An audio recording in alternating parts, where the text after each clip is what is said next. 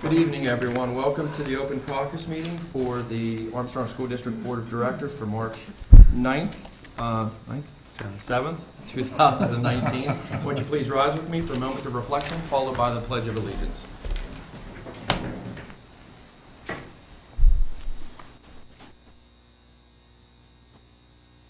And now the Pledge of Allegiance. I pledge allegiance to the flag of the United States of America and to the republic for which it stands, one nation, under God, indivisible, with liberty and justice for all. Roll call. Mr. Burdell. Here. Ms. Bowser. Here. Mr. Chauncey. Here. Mr. Elkin. Here. Ms. Loach. Dr. Lobby. Here. Mr. Mulroy. Here. Mr. Skate. Here. Mr. Smith. Here. The Board of School Directors of Armstrong School District convened an executive session on Thursday, March 7th at 6:45 p.m. in the Faculty Lounge of West Hills Intermediate School in Katanning for discussion of personnel, real estate, and student confidentiality matters protected by law. Thank you.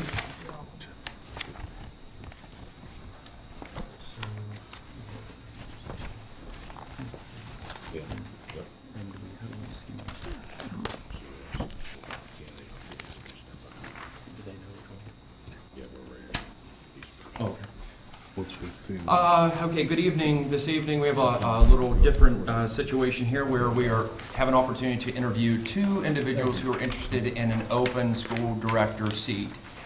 It was predetermined that Mr. Todd Luke would be the first one interviewed this evening.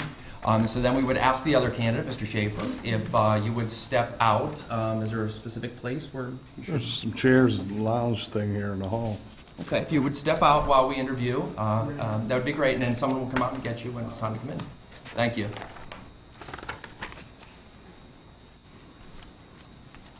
Yeah, there's chairs or something out in the hall.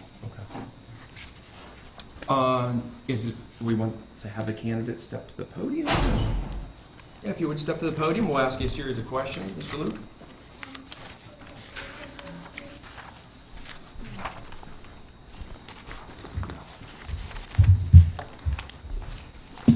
First of all, good evening. Good evening. What we're going to do tonight is, as I mentioned, we're going to ask you a series of questions that we're also going to ask the same questions for the other candidate. I just want to also make a public announcement that in accordance with the Sunshine Act, no deliberation will take place in private. All deliberation about each candidate will take place in public, and the decision to choose one of the candidates will be in public as well. So I just wanted to make that clear. So I'm going to start to ask you. I'm going to be the one to ask you all the questions, and feel free to answer to your fullest. All right? Okay. Okay, the very first question, probably pretty typical, is tell us about yourself, both your professional and personal background. Okay, first of all, my name is Todd Luke, and I'm a lifelong resident of Region 2. I've been very blessed to be able to stay in this region for my entire life. I was also blessed to be able to attend Lenape Technical School, where I learned a trade, and I spent nearly a decade in manufacturing as a journeyman toolmaker. I've also been privileged to replace the instructor that taught me at Lenape because of his retirement, and I spent nearly 2 decades in public education at Lenape. I have a Bachelor's of Science degree from Indiana University of Pennsylvania in education. I have a Master's degree in workforce education from Penn State University. I hold a certificate for grades 7 through 12 career counseling. I also hold a certificate as a CT director. For the last decade, I have been vice president and now CEO of an educational consulting company called Max Teaching, where we do provide professional development, school improvement, and data analysis for schools nationwide. Great, thank you.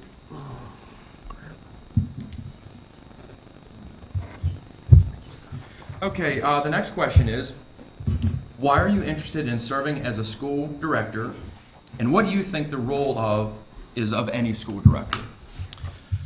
Well, in my consulting business, as I work with schools across the country, I often refer to something called my side of the desk. There are many different sides to this desk, and I've seen a lot of them. I've been on the student side of the desk. I've been on the teacher side of the desk. I've been an association president negotiating 2 collective bargaining agreements. From that side of the desk, I've been on the parent side of the desk, and I'm still on the parent side of the desk. I've been on the administrative side of the desk, I've been on the consultant side of the desk, and I've been on the taxpayer side of the desk. So when you look at those things, it really gives me the background and the knowledge that I need to be able to help. When I look at the vision of a school board, I really look at the role being multifaceted. One is about vision or direction.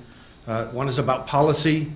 One is about accountability, leadership, not only to my constituents, but to work as an advocate for all students with ASD and to work with my colleagues from the other regions to advocate for all students. And collaboration. For years I had a sign in my desk as an administrator, it doesn't have to be your way, it doesn't have to be my way. It can be a higher way or a third alternative where everybody wins. Thank you. What expertise can you bring to the board? I'm sorry? What expertise can you bring to the board? Well, my educational background, my leadership abilities, the consulting business that I run and operate as the president and CEO lets me see a wide range of schools all across the country. And so it almost lets me act as a maven, if you will, because I've been to many schools in the K-12 systems all across the country. So I've seen the things that they've done, and I think being involved here, I can offer some insight into some things that I've seen in my travels for the last decade. Thank you. How would you participate in group decision-making that must build general consensus? Well, I think that's about collaboration when you look at both sides. And again, I would strive to look for that third alternative in reaching consensus. I'm a big fan of the win-win.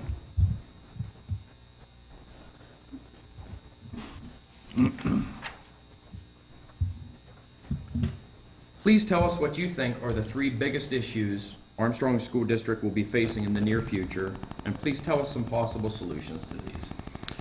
Well, probably the biggest issue is the tax burden, because 60% of the taxes to run this district are governed by local property taxes. The state really only pays 30% of their share, and 10% of it comes from other resources. So I see that property tax battle and being an advocate for public education and possibly doing some work at the state level to convince the state that they should properly fund public education might be a good place to start. I know there's always been a thing about consolidation, and I know that's kind of already come to pass with the building of the new school. I've been part of consolidation actually my whole life. I was thinking about it when I thought about this position. And some of you may remember this, but in first grade I went to Fourth Ward Elementary School in Fourth Ward in Wick City for 1 year, and it closed. I went to Central Elementary for my second grade year, and through restructuring, I was sent to Spaces Corners for third, fourth, and fifth grade. And then through restructuring, I was sent to Troy Hill Elementary School for sixth grade, and then I was sent to the junior high for seventh grade, which caught fire. So I had to go to the high school part-time. So I know how, I've experienced all those things, and I know that's a very, people like their community schools, and I think we're probably past that hurdle. The other issue then, or the third issue, I guess, would be impact, looking at the impact of the district and the impact we're having on our student population and be able to keep those students in our region. And so if we develop the skills and the talents that they need, maybe we can keep them here, and we won't have so many that have to leave this region, and they can be blessed like I was to be able to stay here for their whole lives. And the last question this evening is, based on 1 year on average, how many hours per month do you anticipate devoting to school board business? Well, anybody that knows me knows I'm somewhat of a workaholic. So I wear the t-shirt that says whatever it takes, and that's what I would pledge to this board. I do travel a lot for my job. My boss is an amazing guy, and he lets me flex my schedule, and so committed to being here. I spend a tremendous amount of times in hotel rooms at night. That all of those hours could be devoted to this. I probably have more hours than you need, to be honest. Thank you very much. Okay, so at this time, Mr. Luke, that's all the questions that we have. So if you would step out into the hall, and we'll invite the other candidate in. Thank you very much. Thank you. Oh, actually, I'm sorry. You actually have the option to stay, since you already heard the questions. You don't have to leave. You don't have to go in the hall. You're I don't want to make them nervous. I'll go. I'm sorry. I forgot. No, that's fine.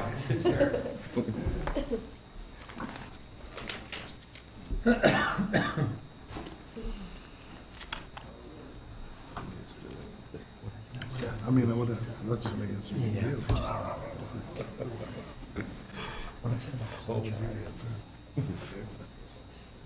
That last one. Mr. Schaefer, if you would like to go to the podium, I'm gonna ask you some questions.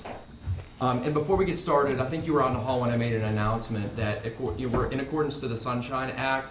Like, all deliberations have to take place in public during the interview, after the interview, and then when we make the decision, it's going to be a public decision. None of that we can't talk about that in any other session except out here. I just want to make sure you understood that. Okay. Thank you. Okay, so I'm going to ask you a series of questions, and then just answer them to your fullest. Okay. So the first question is, tell us about yourself, both professionally and your personal background. All right, so well, my children, they attend here, the school district here at West Hills. We are residents here in Katanning.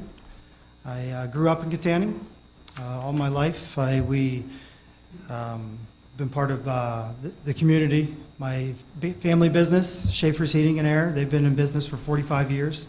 My mother, she's well connected to the school district and the community. She works at Children's Community Pediatrics. She works closely with the school and the teachers.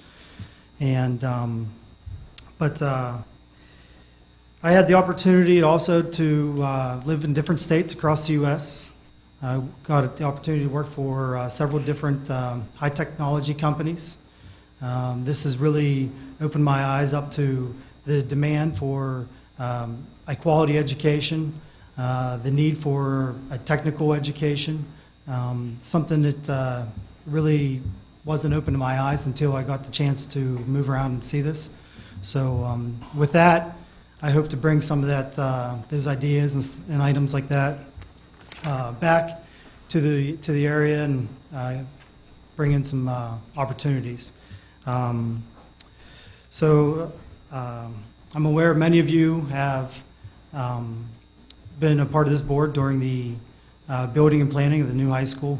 I see that as a huge asset for this area that's going to help this area develop everything from economically to industrial and real estate. I also am a local real estate investor. As of yesterday, I bought my 9th rental unit, so I understand how it's important for budgeting, and obviously that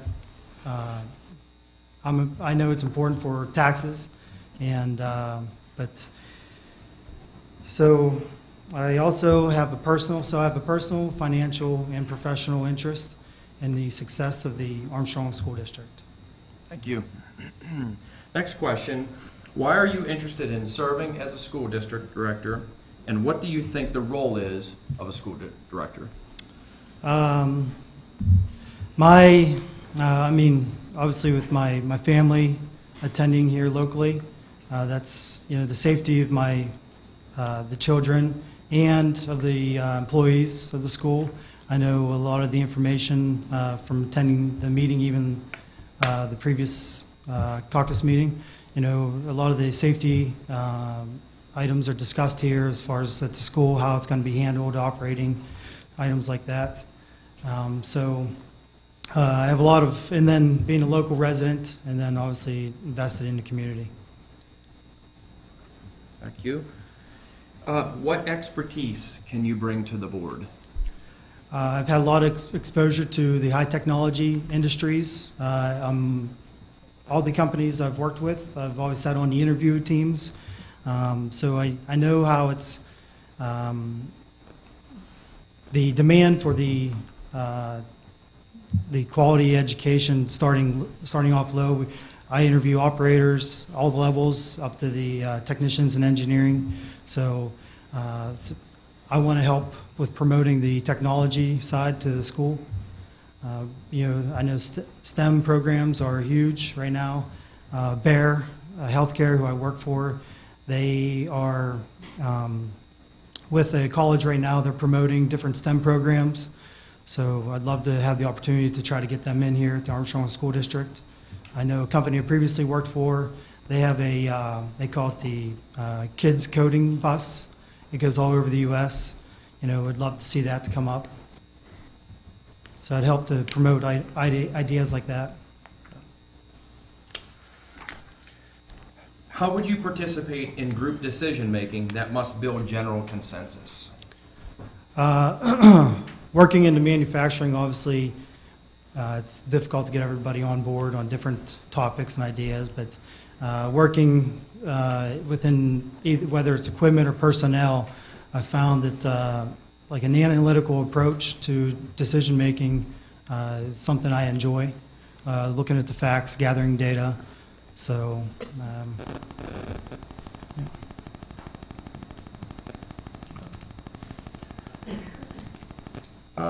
Please tell us what you think are the 3 biggest issues Armstrong School District will be facing in the near future, and please tell us some possible solutions to these.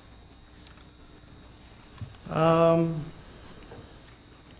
I think one of the main ones on the topics now are, this might not be so much for the school district, but I know the decision lies with you guys a lot, is the what to do with the properties of the previous schools. I think it's a major topic from the borough to the residents. Living within town, obviously that directly affects us. I think attending or close communications with the town council, I think is a very important way to keep that as a closed loop, the information. I know I've had direct communication with the town council, one of the members, about the different ideas with that. And so I think the open line there is very important. And having maybe them here as well on some of the nights for the decisions, I think can answer a lot of questions, in a quickly matter. Another top item, I think safety is always a major concern from everybody's. I know with the new school even, I've heard different things from the access, I heard. I don't think right now it's a major issue, but the one road in and out, I know with the great fields we have, the football fields and soccer and baseball, I think that's something we're going to, as they get a bit larger and we host more sports events, I think that's going to become a concern. Some plan, I don't know about the real estate around there, but widening obviously the road or providing another access. But I know that's a topic. Another item, or is that 3? Yeah, that's 3. The properties, safety, and then obviously I think the high school access. Okay, thank you. Just one more question. Based on 1 year on average, how many hours per month do you anticipate devoting to school board business? I haven't really, and I think it's kind of as needed. It's an important part of our community. So if it demands several hours a month, if it demands 2 hours, 5 hours, or 10 hours, or whatever it needs, I know that it's important. It's important to me. It's important to my family. Okay, thank you. Okay, yeah, you can have a seat if you'd like. Would you like to get the other candidate? Oh, thank you. Just for this one, then.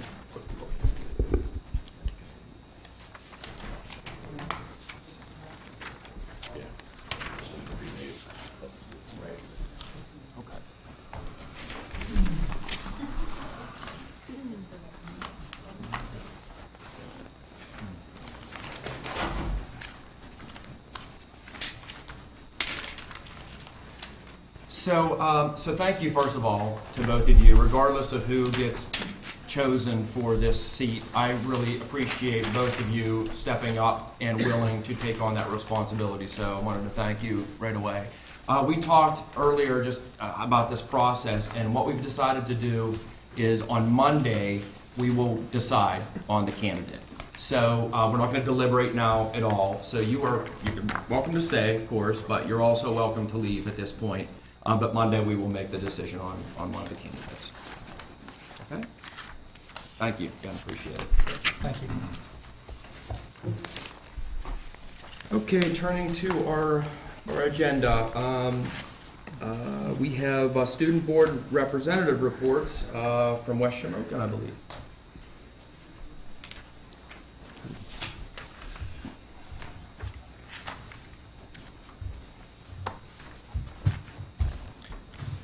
Good evening. It is such a pleasure to represent Dayton, Elderton, and Chanock Elementaries. All three schools participated in the Jump Rope for Heart Assembly, raising thousands of dollars for the American Heart Association. Read Across America Week was celebrated in all three schools with a different activity to encourage reading each day.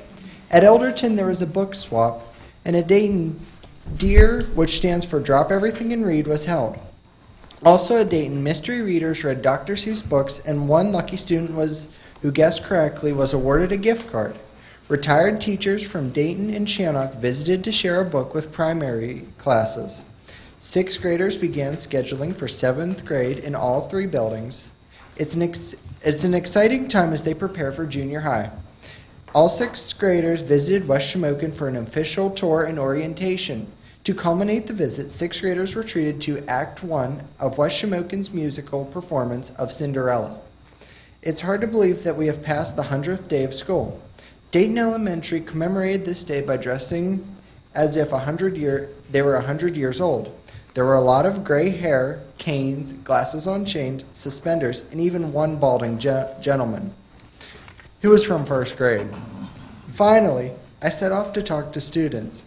With PSSA time quickly approaching, I wanted to see what students know about the letters PSSA stand for. For P, students thought it signified practice, pack, place, power, and probably. S stood for solution, surprise, situation, stay in school, study, and smart. And A was for attitude, answer, achievement, actions, attend, and ask. Thank you for the opportunity to speak at your meeting. Each time I am here, I leave with an appreciation of how much time, effort, hard work, and problem solving that is necessary to make ASD a competitive district. Thank you. Appreciate those words.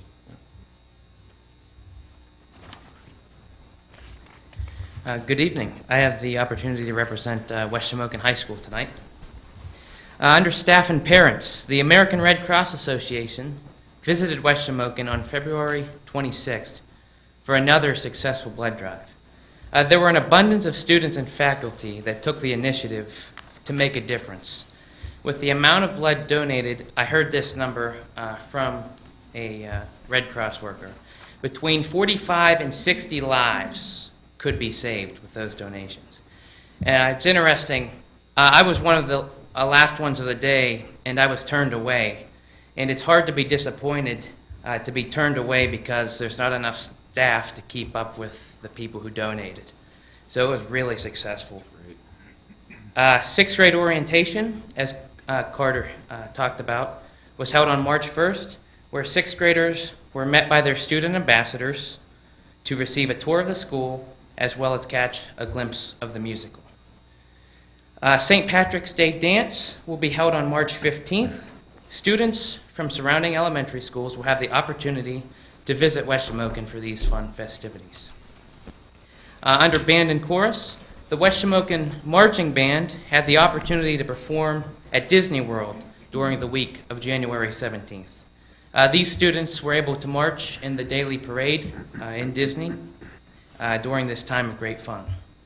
PMEA Junior District Chorus was held at West Shamokin on January 21st. Select students participated in District 3 Band Festival, which was held at the Franklin Area High School on January 23rd. West Shamokin participated in Armstrong Junior County Chorus, held at Apollo Ridge High School on January 29th.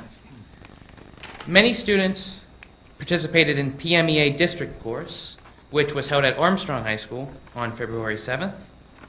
And tonight, West Shamokin is participating in PMEA Region 2 Band, which is being held at Northeast High School in Erie. Under extracurriculars, West Shamokin held its annual musical on the weekend of March 1st. Musical participants put on Rodgers and Hammerstein's Cinderella after many, many weeks of hard work. The play was very well received by members of the surrounding communities. Under field trips, the junior class at West Shamokin participated in the National College Fair in Pittsburgh on February 8th. These students also had the opportunity to visit the Penn State branch campus in New Kensington.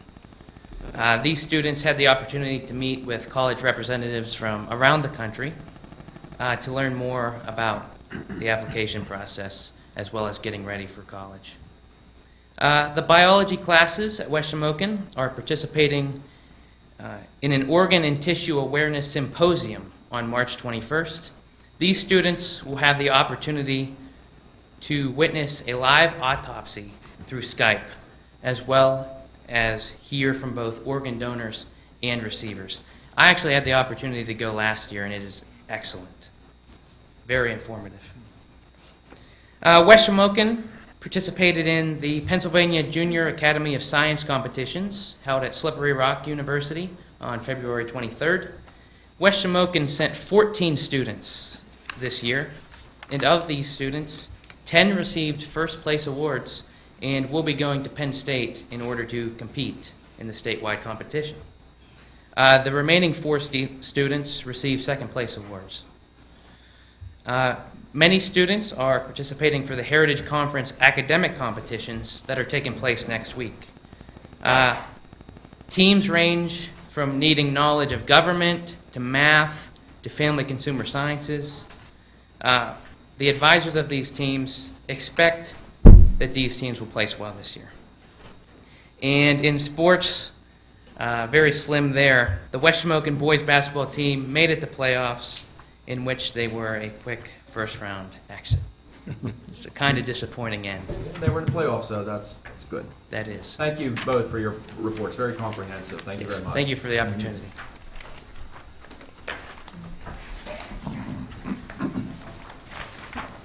Central Office Administrative Reports. Yeah, we want to report revised calendar for this year and proposed calendar for next year. I'll let John speak to the proposed changes.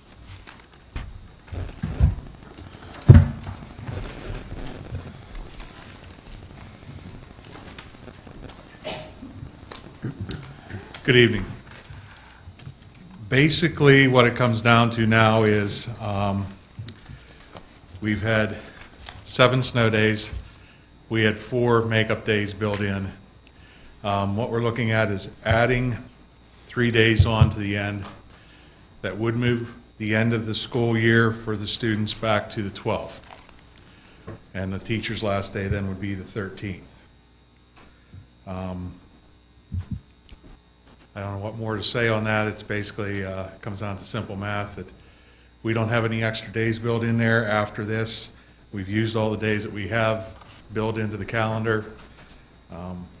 There's really no other days that we can use. We're pretty much going the rest of the year without any possible days that we could even pick up time or a day extra. So that's what it sort of comes down to right now for the year. When is graduation? Graduation would be on the 12th.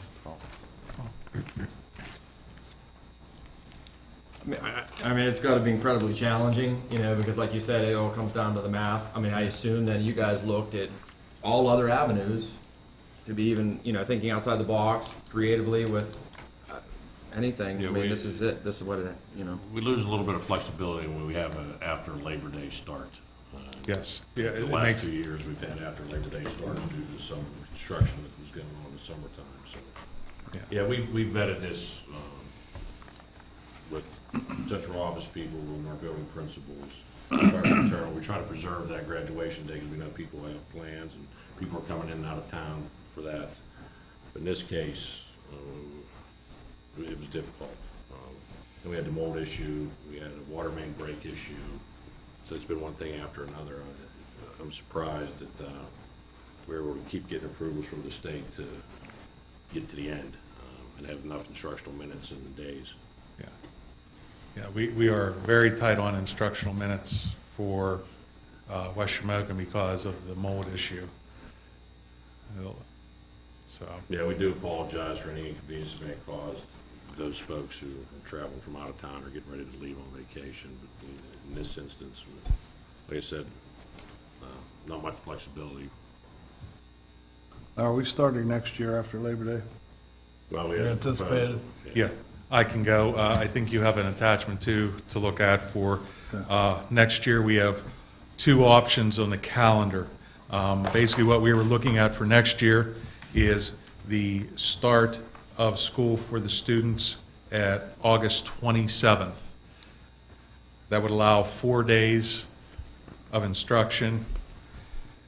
Then you would have the break, and then there would be another 4-day week. So they The would 27th is what day of the week? It is a Tuesday. So they'd go Tuesday, Wednesday, Thursday, Friday, Yes. they'd be off. Yes. Or I mean, they'd go, excuse me. Yes, and then Monday would be off, and then they'd have another 40 So week. that'd build in 8 snow days. That would help us with option 1. We would have 6 snow days built in. If you would look at January, the 1st is on a Wednesday. We build in the 2nd and 3rd as snow days. The 3rd would be the first one used. The 2nd would be the next one used. Then we would go down and look at our Easter break and start using those days. Option 2 of the calendar does not have those days built into January. It sticks with basically what we've had the last couple of years with 4 snow days built in all around Easter. Other than that, the calendars are identical for the instructional days. The difference on option 1, your graduation or the last student day would be June 4th. On option 2, it would be June 2nd With less snow days. with 2 less snow But if you days. get caught, then we're gonna have to push out the graduation and end the Yes. school year. Yes. We had those 2 very early snow days this year in November, basically ice, and that cost us 2 days. If we would have had something along the lines of option 1, we would still have 4 snow days for the months of January, February, and March. So that's what the administrative team looked at. That was something that they thought would maybe help us preserve days for January, February, and March. So we can talk about it here, but also it looks like you're going to be asking us to vote on Monday for one of these 2 options? Yeah. Yes. I mean, it's remote, but there's still a chance that we could have some bad weather and have another Please don't day. say that. I mean, do we have to do it this month, or? I think that we have something that in the handbook that says we Yeah. try to set graduation this In month. March. Okay. Well, believe me, I'm praying we don't have any more babies. Yeah, I mean, with this weather, who knows? Want to build one in? You want to build one in? At this point. Typically, if you can make it to the middle of March, You're good. we believe we're okay. We always think we're okay in November too, but that didn't work out this year either. Yes. Well, the storms have been so violent, you know, they're severe storms, lately, you know, who knows, you can start raining and water, and now comes flooding and Yeah, stuff. we usually take the average of the last 5 years and look at Yeah. how many snow days we're gonna build in. This was a bit of an anomaly, but it will raise the average. We want to have another one in there for next year. So we're voting on this year's calendar, current year, And next. Yeah, Monday. and next year's? And next And next year's, yeah. Okay, well, I make a proposal, the option 1, starting prior to Labor Day, 3 or 4 days prior to Labor Day. 27th, I believe you said? Yes, sir. That's my feeling on it. They're both start that same day. Yes. They both start August. 27th. Yeah. Yeah, the difference are the January 2nd and 3rd. They build on those days after. Yeah, that's the only, yeah. The end of the school year, for the one they build in the January snow days, pushes it to June 4th. Has anyone looked at into the cost difference? As far as August is normally like the hottest month. So getting out at the beginning of June, normally it's not as bad in June. Is there a cost difference as far Yeah, as? what we lose in August, we gain in June. It's normally not as hot as in June is what I'm getting at. The teachers, I mean, I the like- teachers at Dayton really like going back in August to straighten us. I like I've heard I like going after. I've heard from a lot of teachers that they like to go back, and they'd go back in July, I think, if they would. Yeah, we get hit at the end. At Dayton's the only building that we currently don't have air, and the board is taking on investigating getting air in that building. But they're the only ones that currently do not have AC. Yeah, we take that into consideration. Would that play into effect with our last meeting where we had the presentations for the air No. and stuff at Dayton? No. I mean, it would the following year. Yeah. Okay. Any other questions about either this year's calendar or these two options for next year? We'll pick it up on Monday and make some decisions then. Anything else under, any air reports or Lenape reports from the reps? Nothing before we have a meeting coming up I think, next week. Well, the tech school, we're in the middle budget, and I think they're looking at a 2.38% increase. That's all. We're working on it. Okay, thank you. At this time, are there public comments on any of the agenda items or comments from student representatives on any of agenda items? Okay. Business, we have an item under business to discuss summer auction. Yeah, we're in the beginning phases of investigating whether it's beneficial for the district to have another auction with the stuff that's in storage at the Elderton complex. Just started the inventory, a list of stuff we have there. Once we compile that list, we'll bring it back to the board to share with you. If we believe it's worthwhile to move forward, we'll initiate some discussions with some local auctioneers and try to roll that out in June. Thank you. So now we'll present the regular monthly agenda. So get on through the items that will be covered on Monday, and I'll look for consensus on each of these. So beginning with the minutes, do I have consensus to, first of all, is there any discussion around the open caucus session from February 7th or the regular meeting of February 11th? If not, do I have consensus to add those items to the agenda on Monday? Yes. Yep. Bills, there will be 3 to be added on Monday: the food service fund from February, the athletic fund from January, and the presentation of bills for payment for February.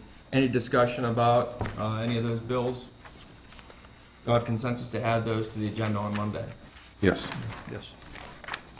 I ask it every time. Personnel, do I have that? Education, 2 items under education. Education 1 is student transfer request, and Ed 2 is the cash match for Aaron's PPT program. Run of the mill, nothing to highlight. This is an annual resolution. I think Dr. Williams has some numbers of students that have participated with that program in the past. Yeah, for parenting and pregnant teens, we had 6 participants last year. So we do take advantage of it, so we have a need. How many?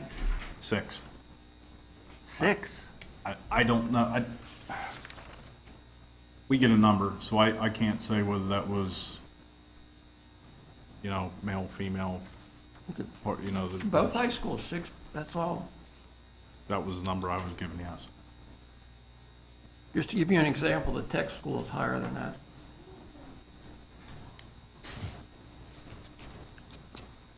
Any other questions on those items? Do I have consensus to add them to the agenda on Monday? Yes. Business. Business 1 is a budget transfer report from February. Business 2 is looks like the approval for the general operating budget. Ed 3 is approval for internet access, and business, should that be Ed 3 or business 3? Business. So business 3, approval for internet access. Don't let it happen again, Linda. Business 3, approval for internet access, and business 4 is the child and adult care food program. You want to highlight anything? Business 2 is, reflects a 0% increase. I think the district's contribution, annual contribution right now is $179,293. Don't quote me on. I know the front end of that number is right. I'm not sure about the back end, but it's about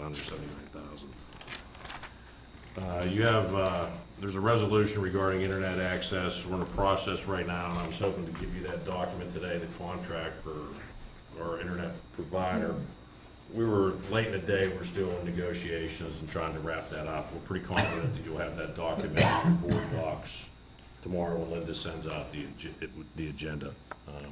But I think the work over the last couple of weeks in negotiations with both providers is beneficial to the district. I think we're pleased with where we think we are. We just got to get confirmation. Any questions from board members?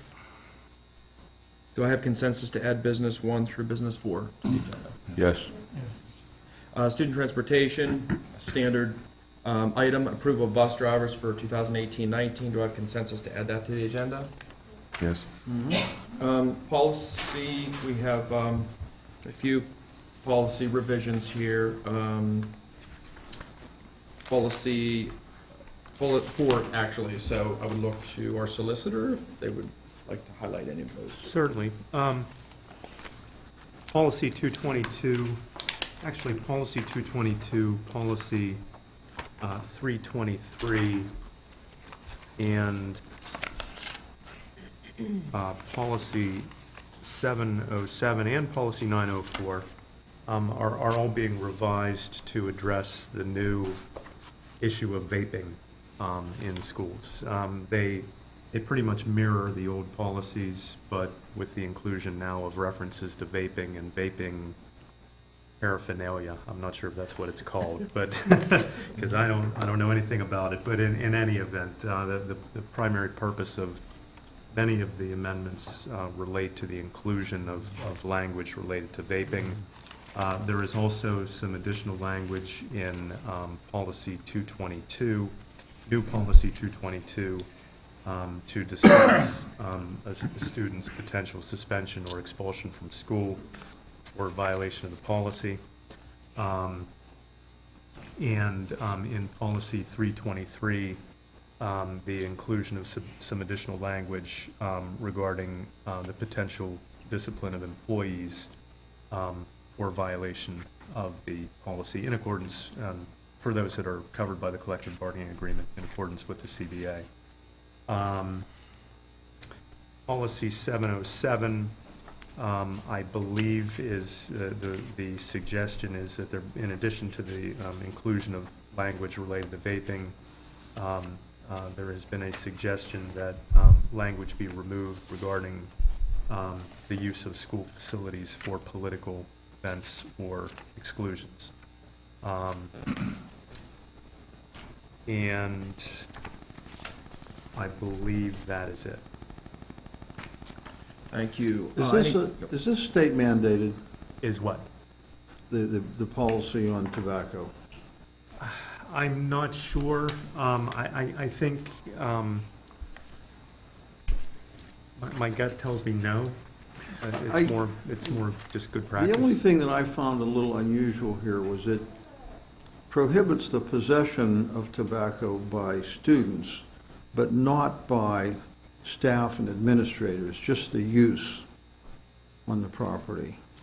I was just wondering why the difference there. I mean, if you have an 18-year-old student, okay, what's the difference between him having a can of snuff in his pocket and the teacher having a can of snuff in his briefcase? Probably not much. Yeah. That's a good point. Yeah, that's a good point. You know, I mean, if you know, it's an example, obviously, if you want to, you know, try to teach students not to use tobacco products, then that example should be set by the staff. Yeah, I think if memory serves, there may be language regarding possession on school property that's by students that is prescribed by law. I'm just not sure, you know, off the top of my head, but it's something we can look into. I have a question on 707. Currently, it reads, what does it read? Facilities may not be used for political events or meetings. That's the way it reads now. We're deleting that to make it political statements, more or less, now eligible for our facilities. Is that right? I believe so. Why are we deleting it, is my question. Is there something in the law? Well, I think you're towing a constitutional line when you start talking about prohibiting the use of facilities for specific reasons. I mean, I think that you perhaps could suggest that facilities not be used for partisan political purposes or for the purposes of supporting one particular party or candidate, but to altogether prohibit the use. And I believe if what Lee has told me is accurate, that the district already permits candidate debates at school facilities.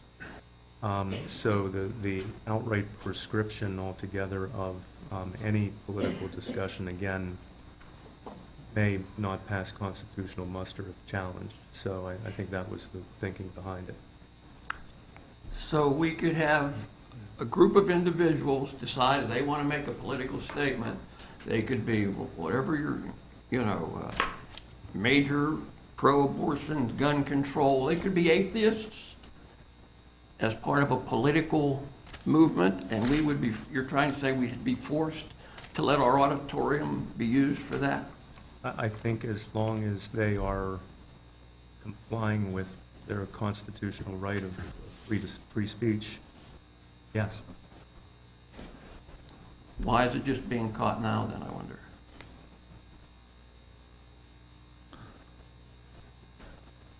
I don't know the genesis of the suggested revision. Well, it says there that the directors directs that use of facilities may be granted, not must be granted, may be granted to individuals for the following types of activities.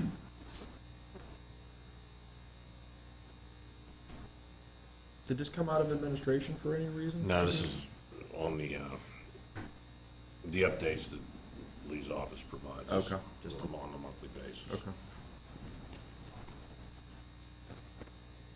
Who would give the authority? The administration, the principal? Well, the principal's in charge of everything. everything. Comes in, yeah, Right. we look at it. There are times where we bring it to the board for discussion. And there have been times where we said we won't Yeah. permit it? Well, I don't know, not since I've been here, but it may predate me. A decision came from the board to say no. I don't remember. So, you think there's more information behind all of this that maybe Lee would be able to provide at some point? Yeah, I mean, if you wanted to table it till... Yeah, I mean, there's no rush. Why don't we, if it's okay, why don't we go ahead and table that and maybe see if Lee can offer anything additional with regards to that. Is that all right? Yes.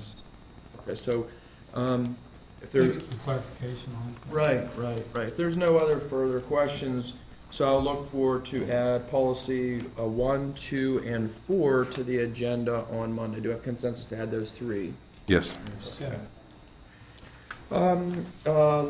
General, the last item we talked about is the amendment of the 2018-19 school calendar and the adoption of the 2019-20 school calendar. So we talked a little bit about it. We can talk about it more on Monday, unless anybody else wants to say something now.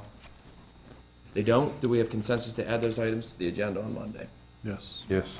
Okay, great. Going back over to the open caucus session. Yes, is there anything under the informational folder? There's a memo in your folder regarding PDE's update for Act 44. I believe there's a letter from one of our legislators regarding a safety workshop they're having over at Indiana's Baltic Center that the board members are invited to attend if they would like. And I think there's a memo in there regarding all the spring musical concerts and musicals for the board. Does any other board members have anything to add under other? Yeah, I'd just like to comment about the field facilities out at West Shamokin. Yeah, I got an email this past week and concerns about being able to play on the baseball fields. Of course, it's early, no fields we'll play on right now. But, it's a pretty tough situation out there and trying to get on the field, and they're able to practice on the new football field out there, obviously. But and I know that we had some concerns at Dayton Elementary as well that needed taken care of as well, and we want to get that done and correct that there. But I didn't know if there was any way we could look into possibility of if we don't get something done there soon, that's going to be two seasons, this season and next season. If we look into the possibility, maybe the people that put in our other fields, maybe they've got an open slot this summer or something like that, just consider, maybe making that move sooner than later, that's all. But we do, the important things at Dayton Elementary as well, that, I don't want to diminish that at all. Is that a water problem out there, Stan? Yeah, it's a drainage problem, water problem. We put $30,000 in what? Yeah. 2-3 years ago. Yeah. And it Didn't work. combination of things, I think that the field probably wasn't properly taken care of. I think that has something to do with it. I'm not sure who that onus falls on, but it is what it is. This year, they're going to have a really bad, rough time Yeah. because of the water table. We've had so much rain in the last year. Yeah. I just thought if we could look into that possibility, maybe explore it a little bit. I think we should. I mean, those kids deserve to have what everybody else has. As we move forward with the discussions regarding budget and fund balance and have a financial outlook 2, 3, 4, 5 years down the road, I think it'll provide a better picture in our planning on things that we know need done and prioritize what needs done and try to fit that in. Some of the other building issues that we have. I don't see a problem with it, and I believe it'll provide some clarity. I mean, we have some history knowing what that type of project would cost. Yeah. So we're a little bit ahead of the game there. So I think that picture will become a little clearer as we move forward. And I don't have an answer for you regarding this season. Sure. I'm wondering if there's anything we can do immediately to at least get the kids to play on the thing. All we can do is Bring in the make sure topsoil. the athletic director and the principals out there, there's some extra dirt needs out there, infield material or something. We'll provide with the necessary support. Right. And hopefully the weather cooperates. That's the next thing. Thank you. Anything else from other board members? I don't have anything of that type here, but it was mentioned here the musicals coming up in the schools and so on, and I would just like to thank all the people that participated in those. I know there's a lot of teachers who go and play in the orchestra, and it takes a lot of practice time and a lot of extra time and so on. A lot of community members that go and put in their time and have to go through getting clearances and go through all those hassles, and people spend a lot of effort and time doing those, and as well as the athletics. You have volunteers there and people spend a lot of time too, and I just think they all deserve a big thank you from us for the time they put in. Well said, definitely, for sure. When all those musicals and productions hit, it's you can just feel the excitement in the air, you know, at all these different schools. And my wife is going all over the district, different shows, and my daughter, and it's just a good feeling. And we're so fortunate to be able to put on those sorts of productions, and a big reason for that is for all the volunteers that step up. So, well said. Anything else? Hearing nothing, do I have a motion to adjourn? Mr. Burdell, I need a second. Dr. Lobby, all those in favor signify by saying aye. Aye. Those opposed? Meeting adjourned. Thank you, everyone.